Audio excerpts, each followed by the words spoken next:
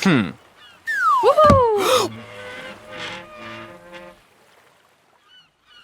So I want to introduce a couple of more terms of existentialism that are related to these existential moments.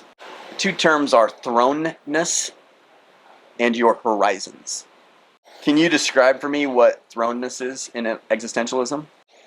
When you, like, gain your consciousness or, like, your awareness, you're sort of, like, already a person that exists. So you're, like, sort of thrown into your own personhood, and you have to deal with things that happened before you became aware. Yeah, right? And you have no control over that. Yeah. Right? It's almost like there's a part of you that has been created, maybe through your own decisions, but before you were even conscious or aware that your decisions were having that impact. Yeah.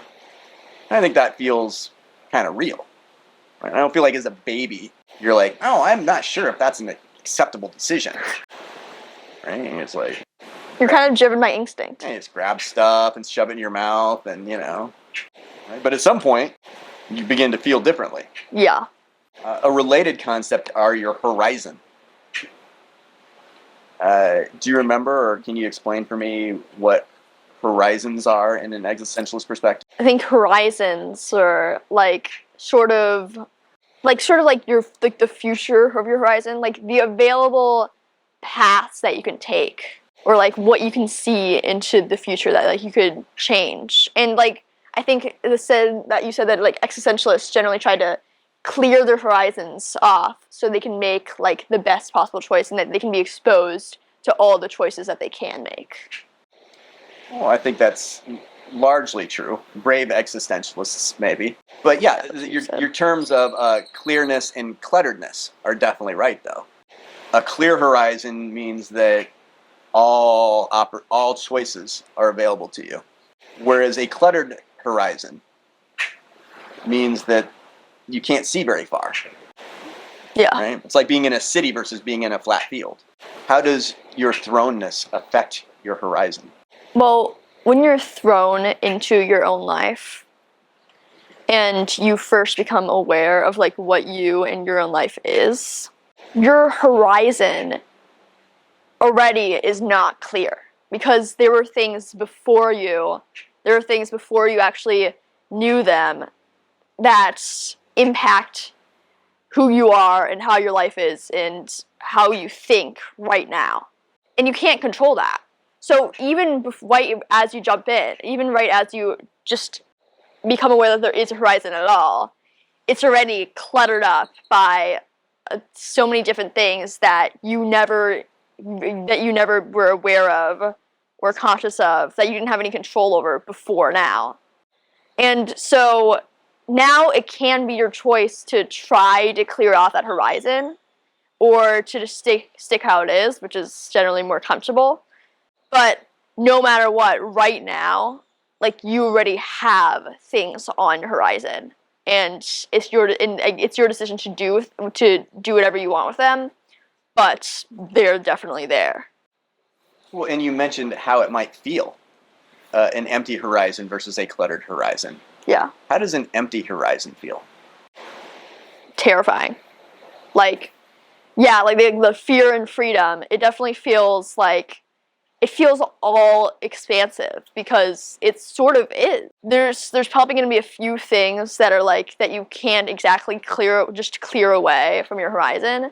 But if you have like a clear horizon as far as you can tell, it's like there's so many options, there's so many choices, there's so many decisions you can make that are all going to be, like, that could all lead to very different futures and lives for yourself, that the weight on you is like unbearable.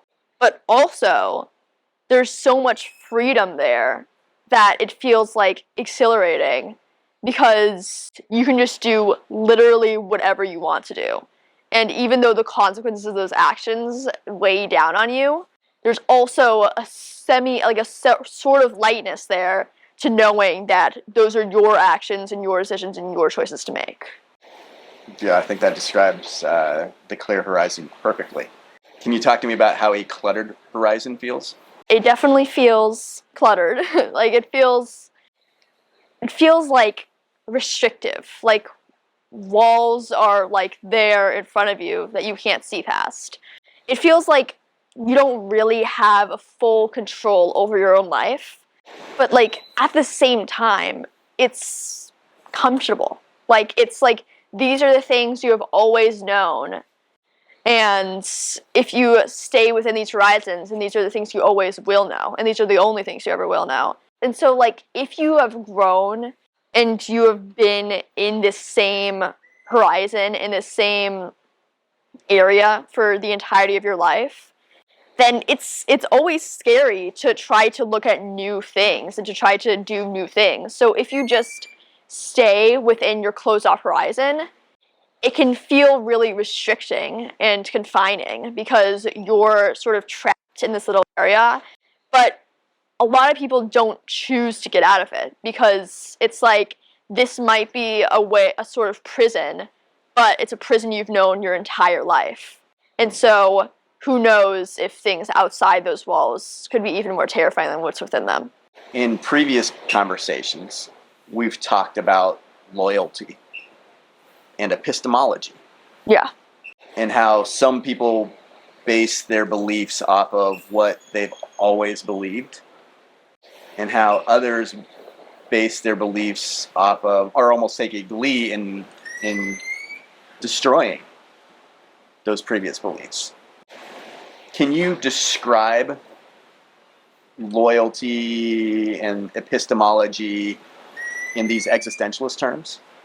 When you're loyal to your beliefs, your horizon is closed off because all of your beliefs right there that you're refusing to stray from or question at all are cluttering up your horizon. Like all those things are making sure that you're not exposed to, or the option is there, or you're not even aware of all the choices that can be made.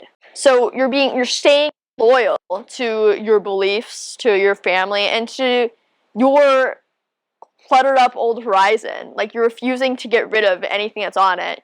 You're staying within the walls that have been set for you, and maybe even building a few new ones for yourself.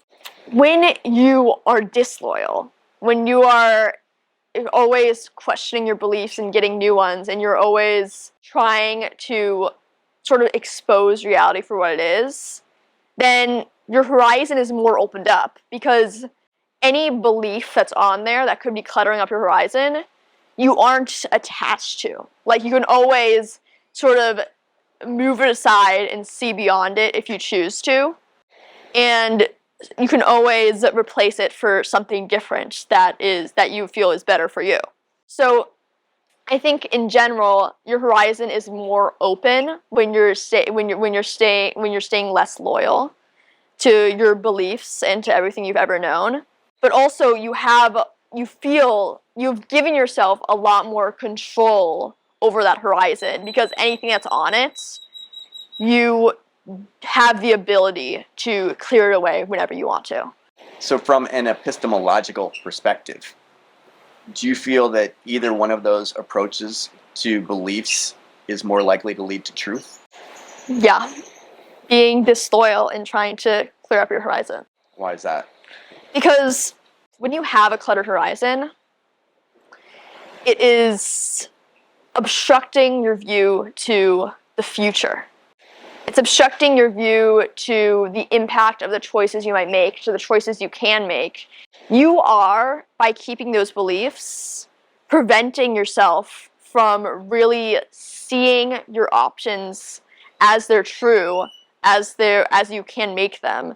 And by clearing out your horizon, by trying as best as you possibly can to see your future and your choices as they can be, you're trying to see the truth. You're trying to get those things out of the way so that you can really see fully onto the distance, and you can really see fully what your options are, what your futures are, what the truth is. And by cluttering up your horizon, you're actively trying to hide the truth from yourself. Talk to me about where the clutteredness of your thrownness comes from? It comes from your parents, like your family. It comes from all the people that have met you and made an imprint on you from before you became aware. And since you become aware pretty early on in your life, those people are generally your family. Would you say that most families or most parents have taken the opportunity to clear their horizons at a young age and establish what is true and what is not? Or are there differences in those families, and some of them have just held on to beliefs that have existed for a long time? There's definitely going to be a difference that's like completely uncontrollable to you, of course. Just between who your parents are and how much your parents have tried to find the truth and how much your parents have just stuck to the same old beliefs they've always known. And then if you are born to parents that try to show you the truth, then there's not going to be too many barriers in horizon anyway, and you're going to be given more freedom and more knowledge that you can clear those barriers away and that you should be trying to get a clear horizon. But if your parents are more cluttered up in their beliefs and they're more traditionalist, then you will be taught those traditionalist values and beliefs, and it's going to be a little bit more difficult when you grow up to really try to clear your horizon away because you've never been given the option to. Well, and I think a way to describe that to some degree is our thrownness is not something we can choose. We don't choose how we were thrown into this world. Of course and not. So on some level, it's arbitrary. And since it's arbitrary, it probably behooves us to take a closer look at those things that we believe and try to really understand whether they are from our traditions that haven't been analyzed or whether they're from traditions that have been supported by human effort and data. Yeah. So if you are an existentialist and you believe these things, do you think you have a responsibility as a human being to clear your horizon once you come to the point of existential awareness? Yeah. Like, I think that an existentialist will be aware of their horizon and the choices that they can make, and they might be more likely to try to clear those horizons and to try to make the best possible choices because those choices have an impact because they affect who you are. But they might not think like there's any like moral weight to trying to clear your horizons. Yeah, I think it could be argued. Although I do think that classical existentialists do talk in moral terms. Yeah. And they talk about the human responsibility to have the bravery to clear the clutteredness of your thrownness. Yeah. So that you can see the full breadth of decisions you can make. Do you think that it is a brave thing to do? Yeah, I definitely, like, through learning about like all these things and beliefs and things, like, it definitely feels like there's a moral weight to the truth and trying to seek the truth, and like you're a worse person if you don't always try to seek the absolute truth. And like, I feel like I have to agree with that, but at the same time, I have to acknowledge it's difficult to do these things. It's terrifying to try to clear your horizons, to try to change your beliefs, to try to always be aware and hunting for the absolute truth as it must be. That's a really scary thing to do. Like, to just constantly to constantly never stick with anything comfortable just because it's comfortable, and to actually try to reject all comforting things because your judgment is more likely to be impacted then. And to always be seeking the truth, it's really difficult. It's a really difficult thing because you're always trying to really question whether that new belief or that old belief, that, like, is it really true? Like, can I judge? Like, I should judge this. It's like means always being aware and judging of your beliefs and trying to get the best possible beliefs that you can, the ones that are most accurate, the ones that are most truthful. So it is really difficult, and it is really scary. And so I almost, like, by seeing these people that have refused to clear their horizons and that are not searching for the truth, I definitely think that they can be very harmful, but I almost empathize with them in like a way, and I ultimately I feel sorry for them, because like I understand the fear that comes to that. I understand how difficult it can be. And I feel pity for them for being unable to comprehend or search for the truth. But I can't really feel completely bad for them because they've done it to themselves. Because even if it's scary and difficult, searching for the truth does have a morality to it. And so anyone that does choose to search for the truth, anyone that does get past their fears and go through the difficulties and really put their all into trying to clear their horizons, I think is definitely a very brave person. And I respect them a lot more for it. Well, and I think that historically, at the foundations of modern philosophy or Western philosophy, and in the very roots of Christianity, that moral imperative is present. And I think we just said earlier that Socrates stated that the unexamined life is not worth living. And Jesus made a statement that I think was critical.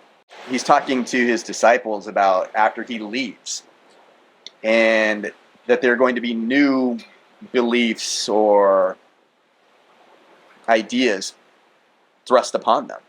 And he makes a statement, you must always test the spirits.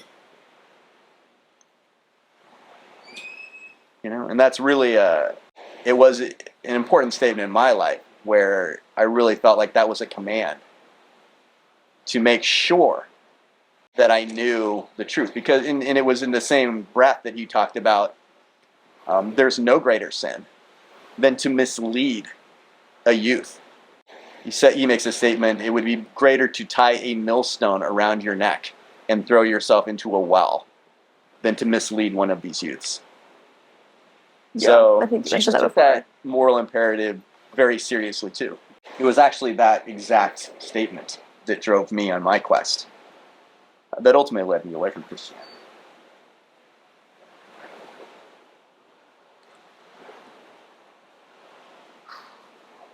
We hope that you enjoyed that video, and if you did, please consider checking out the next one in the series. Or some of our other series on philosophy and life. We upload videos every Friday, so don't forget to like and subscribe. Like and subscribe. See you next week.